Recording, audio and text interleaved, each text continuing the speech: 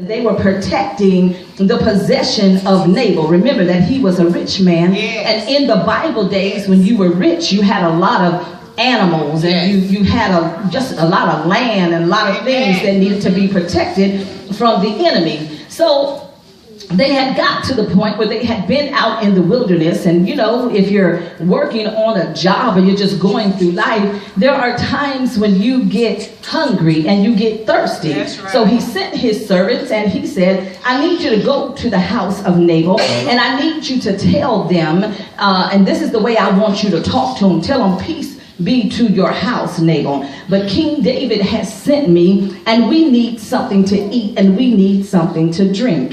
Well, let's keep in mind that Nabal and Abigail had gotten together in marriage because the marriage was arranged.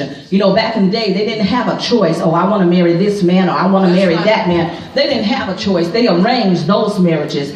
So she ended up married to a mean, rude man. But the Bible says that she was a woman of understanding, meaning she was a godly woman, and she was beautiful, hooked up with the devil. Isn't that something? And so here it is. Nabal answered the servants, and after they asked for some food and they asked for something to drink, and he answered them, and he said in a very rude way, who is David? And who is the son of Jesse?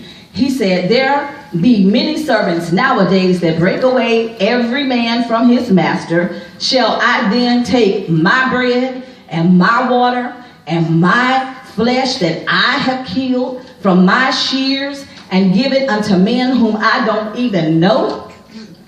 And so David got wind of this because they went back and they carried the message. And this upset David because he was a man of war. He was a young man. He was a hothead.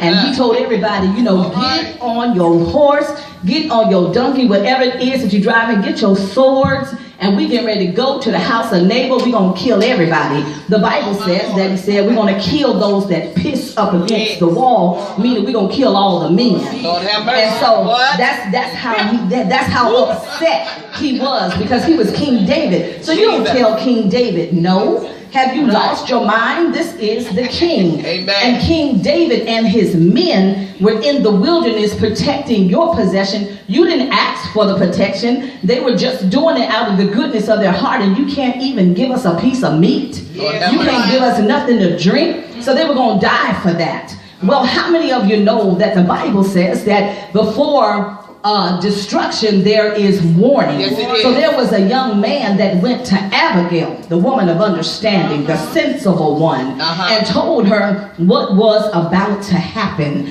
Well, Abigail, I believe that she was one of the women in Jeremiah 9:17, where the Bible says to call on the mourning women, and the mourning women that know how to moan until they get into the heart of God. And Abigail was one of those women that God said call on the cunning women. Now, I'm not talking about those cunning women in the world that's always doing something sneaky and doing stuff. You don't have no business. I'm not talking about those type of